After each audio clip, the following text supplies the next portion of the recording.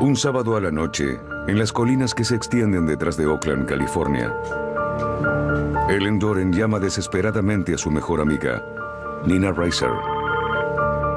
Llamaba, pero nadie respondía. Nina, estoy muy preocupada. Se suponía que se encontraría con Ellen a las 6 para cenar, ese 3 de septiembre. Ellen conoce bien a Nina Пожалуйста, позвони мне, Нина. y sabe que algo anda mal. Nina nunca llegó a encontrarse con su amiga. Nina Reiser es la típica madre de Oakland, pero con una diferencia. Nina creció en Rusia. Tenía muy buena educación. Era obstetra y también ginecóloga. No había ninguna duda de que Nina era hermosa. Atraía a la gente con su personalidad y su belleza. Su desaparición llama la atención de Henry Lee, un reportero del periódico San Francisco Chronicle. Me tocó cubrir el caso desde el principio. Cuando se dieron las primeras noticias sobre la desaparición de Nina, de inmediato me di cuenta de que había algo que no era normal. Nina, de 31 años, está separada de su esposo de 43, Hans Reiser. El día en que desaparece, se dirige a la casa de su ex esposo a dejar a sus 2 hijos. Nina llevó a sus 2 hijos a un supermercado de Berkeley, y eso quedó grabado por una cámara. Y luego, Nina debía llevar a los niños a la casa de Hans en las colinas de Oakland. Una visita de sábado habitual, Bajen, como la de niños. cualquier familia con padres separados. Su hijo de 7 años, Rory, dice que ese día se despidió de su mamá. Los veo más tarde. Adiós. Los amo. Rory dijo que vieron a Nina por última vez bajando las escaleras, yéndose de la casa. Rory nunca volverá a ver a su madre. Nina desapareció por completo de la faz de la tierra. Nacida en San Petersburgo, Rusia, Nina Reiser nunca pensó que viviría en los suburbios de Oakland. Se casó durante la gran fiebre del oro del siglo XXI. La tecnología informática, con la que Bill Gates cosechó millones, y también lo hizo el creador del Facebook, Mark Zuckerberg. El esposo de Nina Reiser, Hans, estaba ansioso por formar parte de esta legión de sultanes informáticos. Hans era muy inteligente. En su adolescencia estudió en Berkeley y decidió que la computación sería su carrera. Fundó su propia compañía y desarrolló un sistema de archivos con su propio nombre, Reiser FS. Era evidente que era un hombre brillante, pero también muy excéntrico. Era fanático de la tecnología y tenía condiciones para ganar mucho dinero. En 1999, el negocio de Hans es todo un éxito, pero tiene problemas con el resto de su vida. Sabía mucho de computadoras, pero en lo social no se sentía muy cómodo. No sabía cómo hablar con las personas. ¿Dónde puede un genio de las computadoras encontrar el amor de una hermosa mujer? En el mismo lugar de donde provienen muchos de sus empleados, Rusia.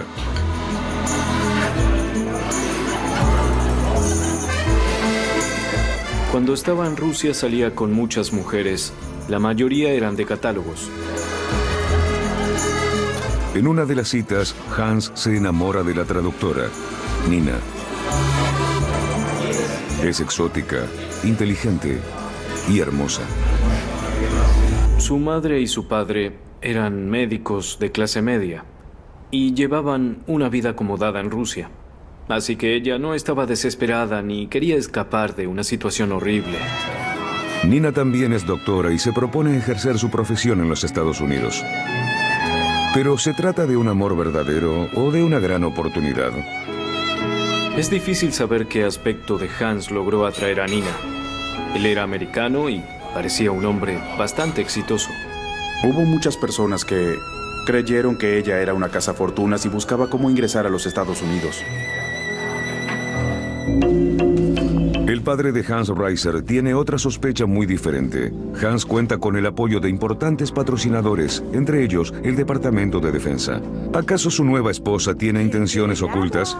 Yo quiero el rojo. Él creía que Nina podía estar robándole secretos. ¿Quieres el rojo? En el 2004, Hans y Nina ya tienen 2 niños y un matrimonio al borde del precipicio. ¿Entonces podemos ir a la piscina? Hans no quería que Nina fuera médica. De hecho, quería que se quedara en su hogar, tuviera más niños y se ocupara de las actividades domésticas propias de una ama de casa. Nina se sentía como un pájaro enjaulado que no se puede escapar, controlada por un esposo que le decía qué podía hacer y qué no. Cuando Hans viaja a Rusia por trabajo, se queda por largos periodos, pero se asegura de que su esposa esté bien cuidada. Dejaba a su mejor amigo a cargo de Nina y le daba instrucciones para ocuparse de ella y asegurarse de que no le pasara nada. Y ese fue el principio del fin. Hans regresa de Rusia y se enfrenta al peor miedo de cualquier hombre. Era mi mejor amigo. Tú nunca estuviste aquí. ¿Qué creías que iba a pasar? Su esposa y su mejor amigo en la cama. Luego de una amarga discusión, Nina pide el divorcio. Y no será una separación amistosa. Maldita desagradecida. Nunca hiciste nada bueno por nadie, solo por ti. Hans discutía con Nina por cada punto del acuerdo de divorcio cuando hablaban sobre lo que era mejor para los niños. Siempre fui un padre cariñoso. Admítelo. Tú no sabes nada de cariño. Para Hans, la mayor preocupación es la crianza de su hijo, Rory. Nina no quería que Rory jugara con videojuegos violentos y Hans lo alentaba. Él creía que Rory era como él, perfecto.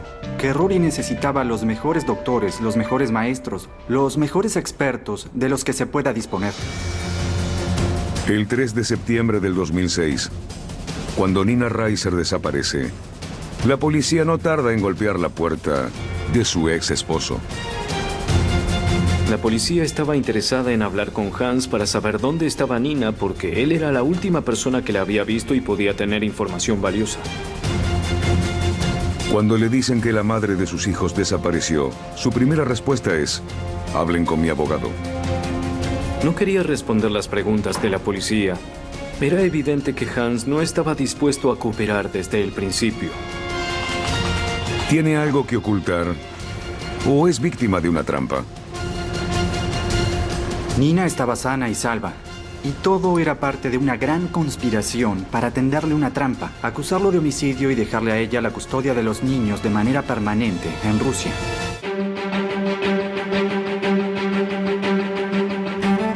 Infidelidad, divorcio, custodia, dinero, celos e ira.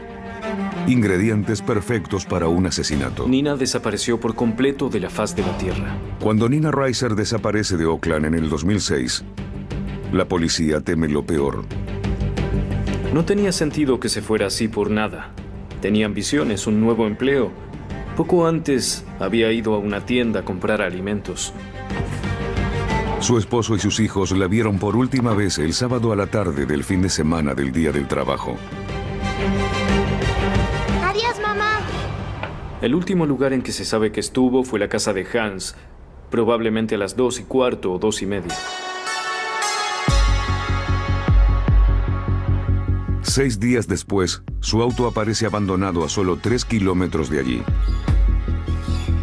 Los alimentos que había comprado estaban en el asiento de atrás del auto pudriéndose. También estaban su bolso, su dinero, su cartera y sus tarjetas de crédito. Y también su teléfono celular. Le habían quitado la batería. No es común que la gente salga por ahí con un celular sin batería. Sin la batería, el teléfono celular no puede ser rastreado. La policía se concentra entonces en el sospechoso principal, el ex esposo Hans Reiser.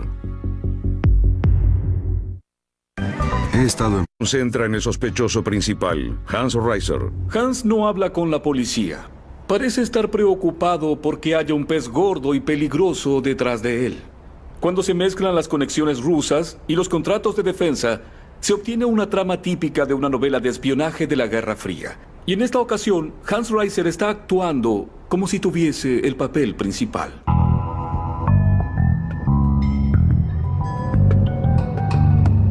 Él quería evitar que lo siguieran. Conducía 15 kilómetros por hora por la autopista y giraba en U cuando no era necesario. Apagaba su celular y salía sin llevarlo encima. Lo hizo durante días. Terminé persiguiendo a Hans Reiser por las calles de Oakland. Trataba de obtener algún comentario de él. Pero en lugar de decir cosas como no hago comentarios o no gracias, él corría a toda velocidad para tratar de alejarse de mí. Muchas cosas de las que hacía eran extrañas, demasiado extrañas. Pero la policía de Oakland no tiene mucho más que eso. Llevar a cabo una investigación así es algo muy difícil. Una de las cosas que se preguntan es dónde está el auto de Reiser. Desde que Nina desapareció, él conduce el de su madre. Pero 2 semanas después del comienzo de la investigación, un auto aparece en una calle de Oakland. El asiento del acompañante no estaba. Las alfombras estaban empapadas, como si le hubieran echado agua con la manguera al interior del auto. Es decir, todo era muy sospechoso. Hans tenía una excusa descabellada para todo. Dijo que le parecía que en el auto había olor por unas manchas viejas de leche de los niños y que decidió llevarlo para limpiarlo y que quitó el asiento porque estaba durmiendo en él y como tenía problemas de columna, quería estar más cómodo. Pero hay algo que Hans no logra explicar. Adentro encontraron 2 libros y ambos eran sobre homicidios. No había un libro sobre cómo encontrar a tu esposa o cómo encontrar a alguien que desapareció.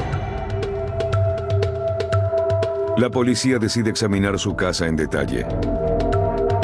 Investigators say blood found in Hans Reiser's house could belong to Nina Reiser. They found 2 books about murder in his car. Encontraron manchas de sangre a 1 metro de la puerta de entrada. El estudio de ADN probó que era una mezcla de los ADN de Hans y de Nina. Si bien no había ninguna pista concluyente, todas las pruebas apuntaban directamente a él. Solo a él. El fiscal de Oakland, Paul Hora, cree tener pruebas suficientes para ir a juicio. A pesar de no tener el cuerpo, el arma ni testigos. Estaba convencido de que Hans era el asesino. El desafío era poder convencer a alguien más de que era así. Después de que arrestan a Hans Reiser, envían a los niños a vivir con sus abuelos en Rusia. Durante el juicio, él dice que eso también es parte del plan maestro de Nina. En el estrado sugirió que Nina estaba sana y salva y que quería tenderle una trampa para que pensaran que él la asesinó. Dice que Nina regresó a San Petersburgo con su pasaporte americano y se quedó con sus hijos. Un crimen perfecto. Cuando empezó el juicio, Nina no estaba y sus hijos tampoco. Y me hablaban de la posibilidad de que ella estuviera en Rusia con sus hijos y su familia y que todos estuvieran bien. Pero el fiscal presenta una prueba comprometedora: escuchas telefónicas. Hans llamó por teléfono a su madre 2 semanas después de que Nina desapareciera. Habló muy mal de ella y trató de convencer a su madre de lo mala que era. She didn't just abuse me. She looked for every possible way she could screw me. Y le dije al jurado que él mismo dijo por qué la había matado. Eso es lo que estaba haciendo en esa llamada. Estaba intentando convencer a su madre de que estaba bien haber matado a Nina. Y entonces, un testigo sorpresa regresa desde Rusia. El hijo de Hans, Rory. Y lo que le muestra a la corte sorprende a todos. Un dibujo que hizo poco después de que su madre desapareciera. En él aparece su padre llevando una enorme bolsa al sótano.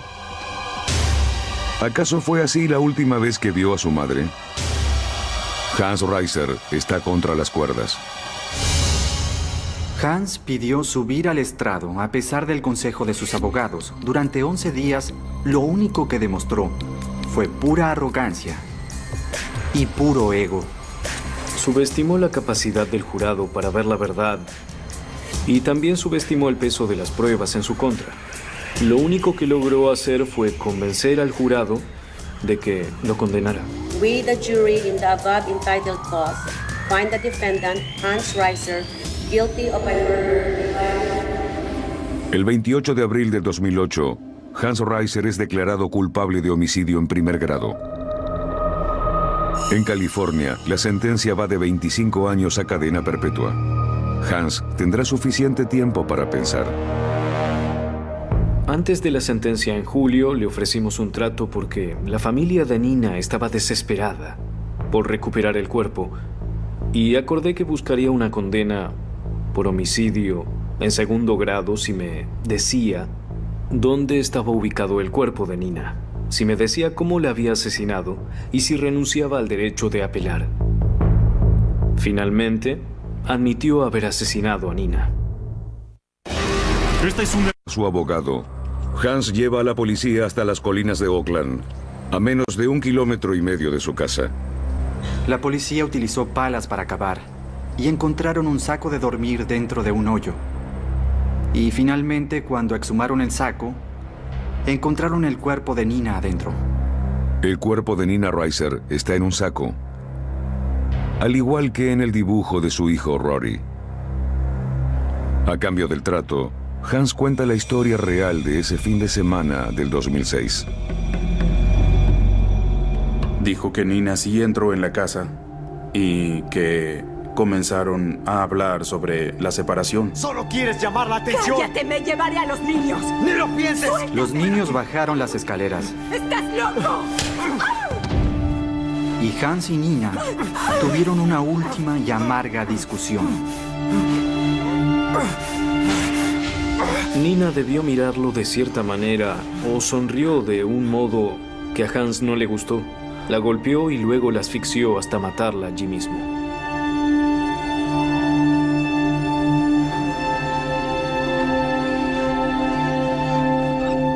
Fue un ataque a sangre fría, muy cruel. Y lo más terrible de todo fue que pasó mientras los niños estaban en el piso de abajo. Y con su eficiencia característica, Hans se pone a trabajar en la oscuridad con una pala.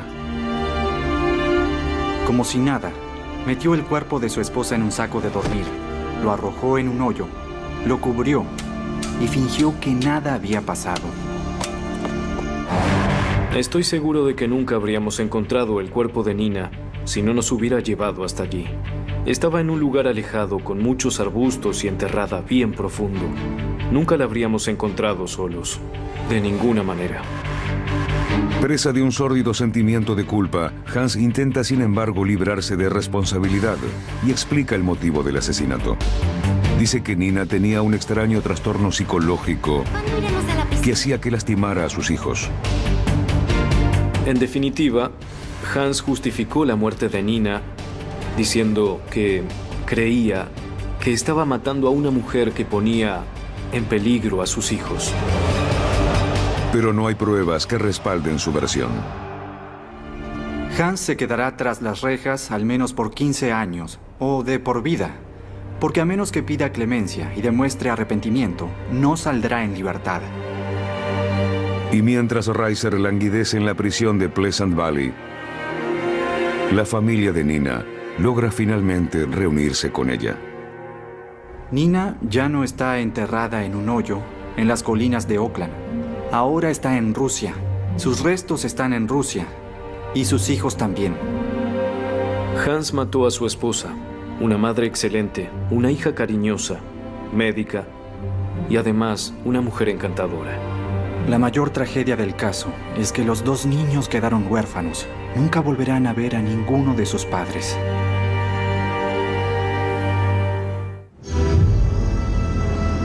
Día de Acción de Gracias de 1992.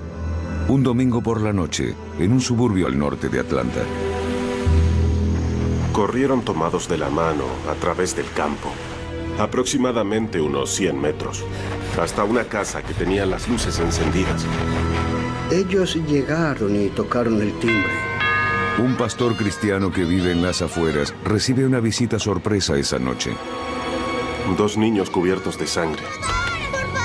Niños, ¿qué pasa? ¿Qué están haciendo? ¡Ayuda! ¡Ayuda!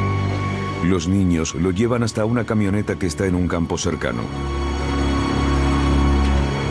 Cuando abren la puerta, cae el cuerpo de una mujer. Había mucha sangre. Todo era un horror. Era escalofriante. Le faltaba media cabeza. En 1992, la gente recibe disparos en las calles de Atlanta todos los días. Es la ciudad más peligrosa de los Estados Unidos por la epidemia de crack que destroza a la nación. Pero esta víctima es diferente.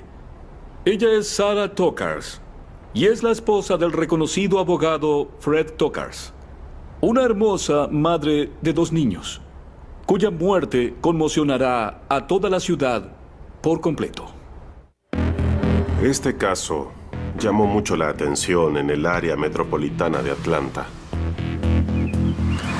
Para la élite de Marietta, Atlanta, es un golpe difícil de comprender.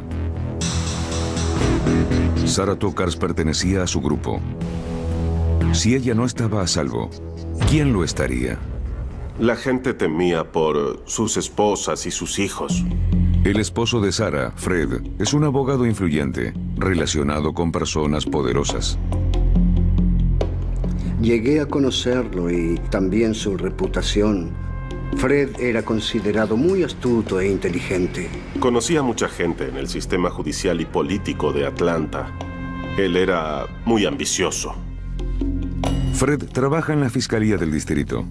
Es el fiscal estrella, el hombre que apresa a los malos, y Sarah lo admira. Era muy dinámico, un abogado joven y muy trabajador, con muchos contactos. Creo que eso fue lo que impresionó a Sarah. La familia de Fred era de clase media alta y la familia de Sarah tenía un buen pasar porque el padre era médico. Ambos tenían un buen pasar económico. Míranos. 1, 2. Un abogado exitoso de una familia adinerada y una hermosa rubia, hija de un médico. La pareja perfecta para formar una familia perfecta. Se casan y tienen 2 hijos. Fred y Sarah eran una familia ideal.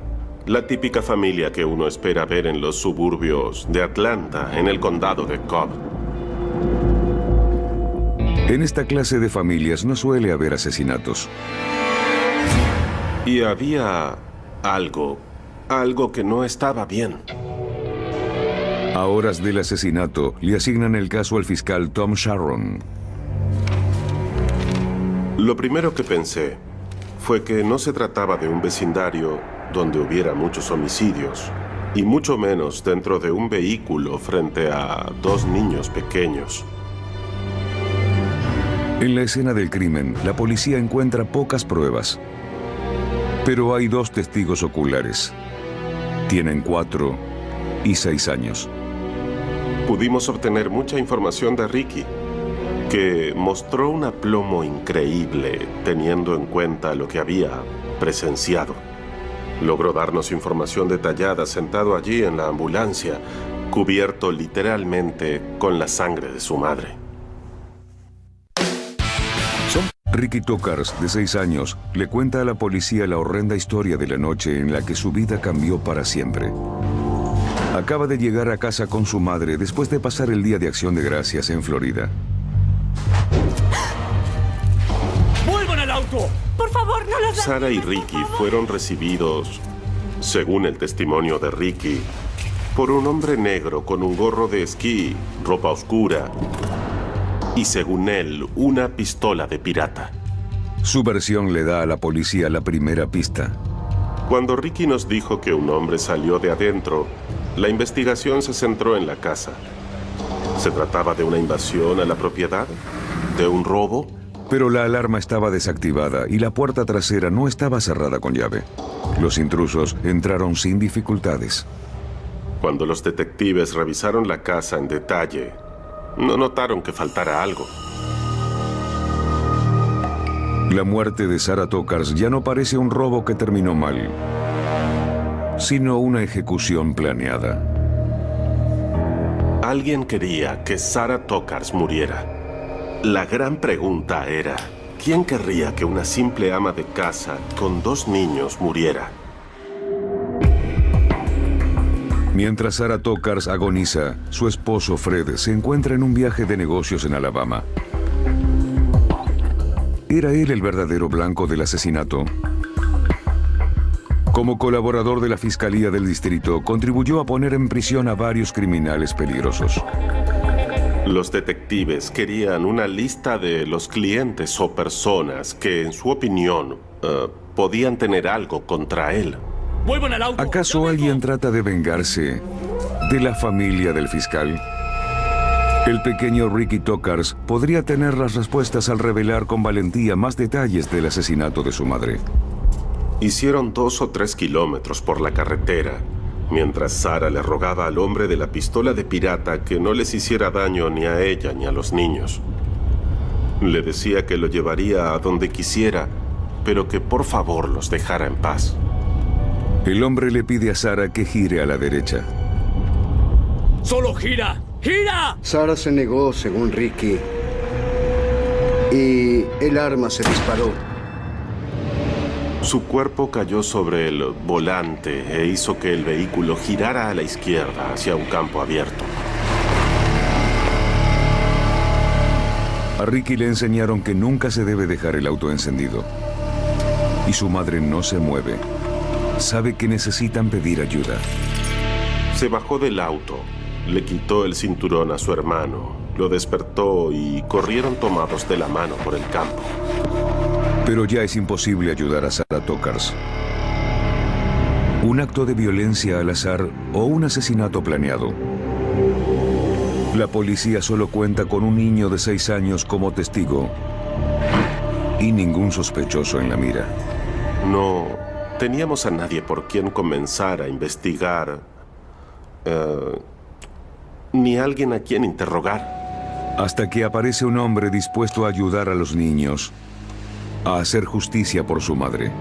Y me dijo, si alguna vez me pasa algo a mí, solo prométame. Prométame que irá a la policía y le dirá todo lo que sabe. Fue uno de los asesinatos más horribles por lo que pasó y por las circunstancias en las que pasó. Una madre cariñosa recibió un disparo frente a sus 2 hijos. ¡Muevan al auto ahora! Lo único que la policía sabe es lo que los niños contaron. Fue un hombre negro con un arma de pirata. Haz lo que te digo.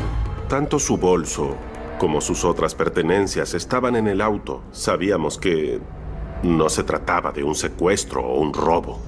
Si bien están presentes todos los signos de una ejecución planeada, la policía está desconcertada. ¿Por qué Sarah? Pero parece que a ella no la tomó por sorpresa. Sabía que podía llegar ese día. Sarah Tokars me rogó que si alguna vez le pasaba algo, fuera a la policía y les dijera todo lo que sabía. El detective privado Ralph Perdomo fue contratado por Sarah poco antes de su muerte. Sarah llegó, se sentó y nos contó que intuía que su esposo la estaba engañando y que participaba en otro tipo de actividades. Aceptamos el caso y empezamos a trabajar. ¿Qué crees que pasaría si un argentino... Cuando Sarah se enamoró de Fred, era un joven fiscal con ideales. Pero con el tiempo las cosas cambiaron. Tenemos que hablar. Fred tiene una nueva pasión y para él es más importante que la justicia. No puedo decírtelo ahora. Fred necesitaba dinero, le gustaba llevar una buena vida, le gustaba gastar. Uno de sus socios me dijo que Fred adoraba el dinero. Lo único que le interesaba era el dinero. Solo eso. Nada más. ¿Entonces tendré ganancias en la mitad de tiempo? Le parecía que ya no ganaba suficiente dinero como fiscal. Sí, tendrás un poco ahora. Fred cambia de bando y comienza a trabajar como abogado, defendiendo a clientes de las zonas más turbias de la ciudad. Empezó a ejercer de forma privada. Representaba a narcotraficantes y a gente de mucho dinero, como dueños de clubes nocturnos, por ejemplo. Fred se convierte en el protector de los barrios bajos. Es el hombre al que acuden los criminales que necesitan un abogado creativo para salvarse. Y ahora Fred recibe un nuevo apodo, el hombre, y le encanta. Estoy seguro de que el club será un éxito. Bueno, gracias a ti lo será. Viajaba en limusinas y gastaba grandes sumas de dinero, mucho dinero. Tenía cuentas en el Caribe y frecuentaba muchos de esos clubes nocturnos donde se lavaba dinero. Era un cliente habitual de los clubs de strippers y de los espectáculos para adultos. Familia, cambio de planes. Debo ir a una reunión. Que tengan un buen día. Ese no es el tipo de matrimonio al que Sarah aspiraba. Tenemos que hablar. Luego del nacimiento de su segundo hijo, Fred comenzó a distanciarse aún más de la familia. Me preocupo. Se suponía que hoy pasarías tiempo con los niños. A la noche, nunca volvía a su casa para cenar. Y en los fines de semana siempre parecía tener otros negocios. Hoy no puedo. Era evidente que a Fred no le interesaba seguir casado con Sarah ni vivir con sus dos hijos. Sarah sospecha de que su esposo le es infiel. Y el detective privado lo confirma. Él se relacionaba con gente con la que no le convenía. Y ella descubrió que Fred la engañaba. Se lo confirmó el investigador privado que contrató. Prostitutas y limusinas. Strippers. La peor pesadilla de cualquier esposa. Esto hizo que Sarah pensara en pedirle el divorcio a Fred. Pero Sarah está paralizada por el miedo. En verdad, ella creía que Fred tenía contactos suficientes para quitarle a los niños y dejarla sin un centavo. Es por eso que no hizo nada al respecto. Sarah necesita mucho apoyo para desafiar a un hombre en la posición de Fred. Fred tiene muchos secretos. Muchos de ellos están ocultos en su caja fuerte. Pero Sarah conoce la combinación. Ella encontró distintos documentos que sugerían que él tenía cuentas fuera del país, en el Caribe y en las Islas Caicos. Una prueba directa del lavado de grandes sumas de dinero. Le dije que hiciera 2 copias, que le diera una a su abogado y otra a un buen amigo y que guardara todo antes de que Fred volviera. Ahora, Sarah tiene información suficiente para desafiar a Fred y convencerlo de que le dé el divorcio y la custodia de los niños. Estaba reunido con clientes. Sarah enfrenta a su esposo. ¡Quiero el divorcio! En esa situación estaba en noviembre de 1992, cuando fue asesinada. Le había dicho a Fred que quería divorciarse y que tenía información contra él. Ten mucho cuidado con lo que haces, Sarah. Las revelaciones del detective privado convierten a Fred en el sospechoso principal del caso. Pero Fred se hallaba en otro estado la noche del asesinato. La policía necesita encontrar quién hizo el disparo. Y una mujer de Atlanta tiene la respuesta. ¿Cuál es su emergencia? Quiero denunciar un crimen. Tuesday Rower contó que lo ayudó a quitar la sangre de su calzado. En un suburbio al norte de Atlanta, Georgia, los ricos están consternados por un asesinato. El de una atractiva madre de 2 niños, Sarah Tokars. Había cámaras fuera del departamento de policía y todos los días se daban conferencias de prensa. Ofrecen una recompensa de $25,000 a cambio de información sobre el asesino.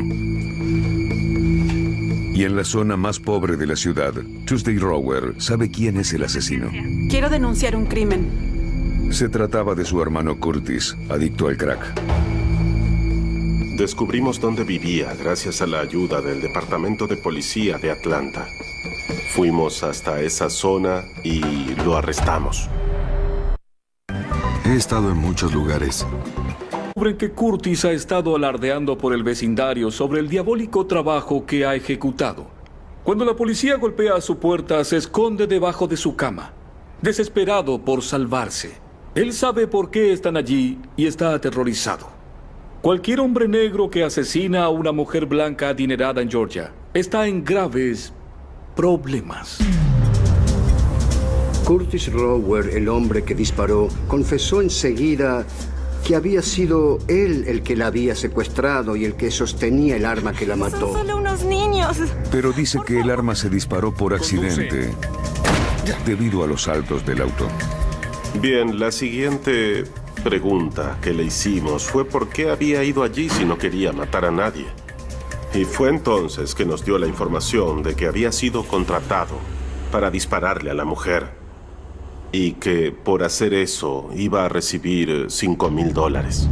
¡Cállate! ¡Eso no me interesa! Pensar que por $5,000 alguien pueda aceptar asesinar a una mujer delante de sus hijos es atroz. Pero la verdad es que lo habría hecho por $500 para comprarse droga.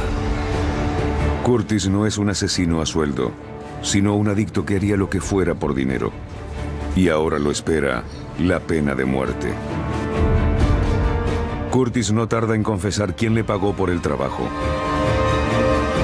Un hombre llamado Eddie Lawrence. Tenía unos 26 o 27 años entonces y era un muchacho elegante. Sí, ese es. Hablaba muy bien.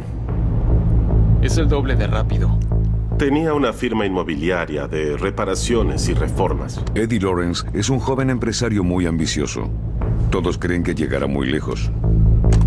Muy poco tiempo después, la policía arrestó a Eddie Lawrence. Bueno, gracias a ti lo será. Eddie tiene importantes conexiones en la ciudad. Su socio en la empresa constructora es Fred Tokars. La hermana de Curtis Rower, Tuesday, es la secretaria de Eddie.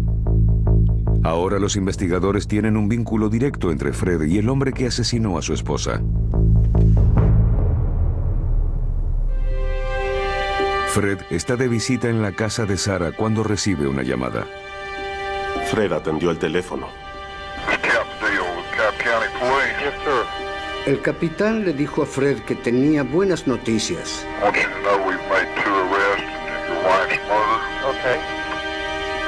Una de ellas es su socio, Eddie Lawrence. Hubo un silencio en la línea hasta que Fred dijo... Al día siguiente, la familia de Sarah no logra ubicar a Fred y corren a buscarlo a su habitación de hotel. Hicieron que el gerente del hotel abriera la puerta y encontraron a Fred inconsciente en la cama. Junto a él había una nota de suicidio que básicamente decía que la prensa lo había atormentado, que nadie le creía y que por eso se quitaba la vida. Fred tomó muchas pastillas, pero no está muerto. El padre de Sarah, que es médico, le salva la vida. Cuando me dijeron por teléfono que Fred Tokars estaba en el hospital porque había intentado suicidarse luego de que Eddie Lawrence y Curtis Rower fueran arrestados, supe que era a quien buscábamos. Pero Fred Tokars no dice lo mismo. I emphatically deny any involvement in my wife's murder. Ofrece una conferencia de prensa después de su sobredosis para llorar por su esposa. The murder of my wife Sarah was the most tragic event that has ever occurred to me in my entire life. Y llorar por sí mismo. I became very depressed and started to think of the lifestyle that I was losing. Not only my wife, but my whole lifestyle. 8 meses después, Eddie Lawrence decide hablar. Cuando supo que teníamos un caso en su contra y que pediríamos la pena de muerte, decidió cooperar y nos contó toda la verdad. Eddie le debía a Fred Tokars $70,000. Y si encontraba a alguien que matara a su esposa, Fred le perdonaría la deuda. Tenemos que hablar. Eddie también sabía todo sobre Fred y el lavado del dinero de las drogas. Eso hecho. Muy bien. En 1993, Tokars es declarado culpable de chantaje y condenado a cadena perpetua sin opción de libertad condicional. Pero el estado de Georgia quiere que pague por el asesinato de su esposa y lo lleva a juicio en 1997. Si hay algún caso que merecía la pena de muerte, este es uno de ellos.